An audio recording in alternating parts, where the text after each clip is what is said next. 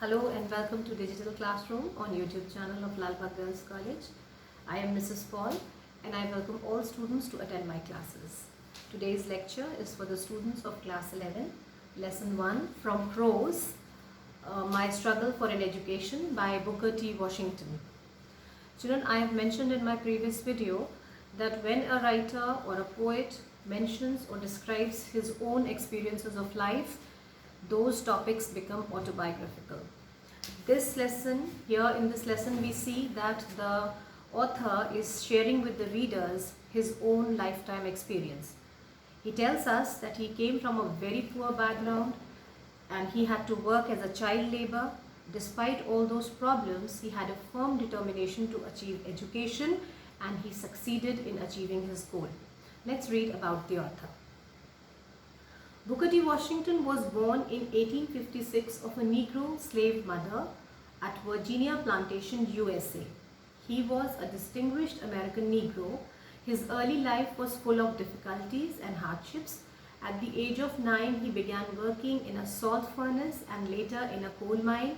It was here that he heard about Hampton Normal and Agriculture Institute. His determination to get good education carried him to this institute in 1872. Facing so many difficulties on the way, he succeeded in getting admission there and hence he became a great national leader and did a lot of work for the upliftment of the Negro people in USA. About the essay. This essay teaches every reader that hard work and sincerity are the key points to success. All the difficulties and hardships crumble away before him, before firm determination and strong willpower. In fact, man is the maker of his own destiny. The writer of this essay, Booker T. Washington, had no money and no resources to reach Hampton, but somehow he got admission there. Yet he resolved to go there and succeeded in getting his goal. Read this essay and see how the difficulties vanished and he could make a future. Children, when you read this lesson, it's a very important lesson, not because it is lesson 1, but it is very important for all of you because it comes with a teaching for all students, for all people, but basically for all students. What are those teachings? Those teachings are that hard work is key to success. In front of firm determination, all difficulties crumble. And third is that man is the maker of his own destiny. So if you have a determination in you, if you really work hard towards it, you can achieve your goal. Let's read about the lesson. One day while at work in a coal mine, I happened to overhear two miners talking about a great school for colored people somewhere in Virginia. Now, one more thing, children, whenever I will repeat some word or I will emphasize on some particular word, I will explain to you the meaning of that word. Overhear. Overhear means to secretly listen to people talking. And what you will do is, you will note down those words, the meanings, and write it down as your notes. And when I put up some questions to you, you will write to me the answers in the comment section. So, I happened to overhear two miners talking about a great school somewhere in Virginia. Now, I had never heard anything or any kind of school or college that was more pretentious than the little colored school in our town. Pretentious means something that was very showy, a lot of pomp and show. So he's saying the moment I heard about that school, I had a determination that I have to go there because the one thing that attracted him was that it invited colored people. It was for all kinds of people, for all races.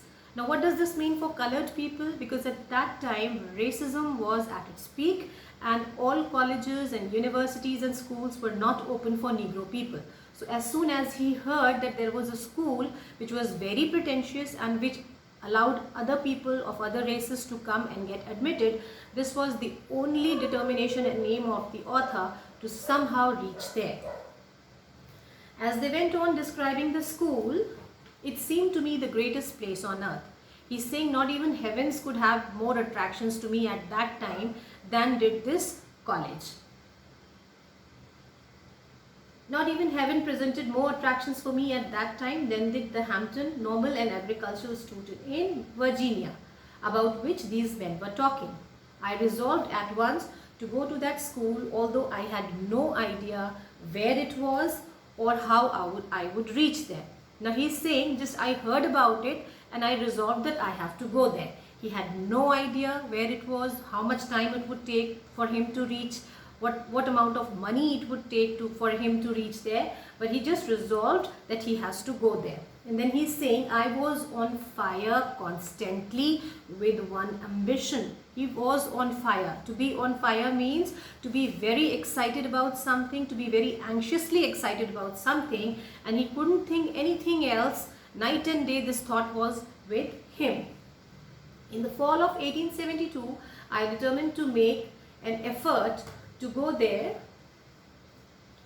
My mother was troubled with a grave fear. Grave fear means that she was seriously anxious about this. She was afraid that this child of 9 who did not know anybody, who had no resources, who had no money, how would he go to a strange city? And she feared that I was starting on a wild goose chase. Now children, this is an idiomatic phrase which means running behind something which is almost impossible to achieve. So at any rate, I got only a half-hearted consent from her. Half-hearted consent means she was not very willing to let him go. But because she saw that the son was very much interested and keen to go and achieve some kind of education, she let him go. Finally, the great day came and I started for Hampton. I only had a cheap satchel. Cheap means not very expensive, and satchel means a small bag which can be carried on the shoulder, and which contained a few articles, and his brother John helped him with some money because even he was working as a laborer somewhere in a factory and he couldn't arrange much money for him. The distance from Malden to Hampton is about 500 miles. Now how he reached there? See children, by walking, begging rides both in wagons and in cars, in some way after a number of days. You start a journey, you just go and you just sit in the plane or in the car or in a train and you just reach your place. But he's saying after a number of days, by walking, begging rides, he reached the city of Richmond, which was 82 miles from Hampton. And when he reached there, he was very tired, he was very hungry, it was late at night and he did not know what to do. So I will continue with this lesson in my next class. Now I have a little assignment for you to do. I need you to note down a few sentences that I am giving to you, and children, you will write down the meanings of these sentences, or you can say you will explain these sentences in 1 or 2 lines and answer me back in the comment section. So you note it down please. You have the first sentence is to be on fire. To be on fire. Number 2, a wild goose chase. A wild goose chase. Number 3, a half-hearted consent. A half-hearted consent. And number 4, broken in health. He said that his mother was rather broken in health. That is, she was not very good, she was not very healthy, rather she was very sick. Now you will explain this to me in the comment section. Stay home children, stay safe and keep your hands sanitized. We will meet very soon in the next video class and we will continue this lesson. Up till then, goodbye.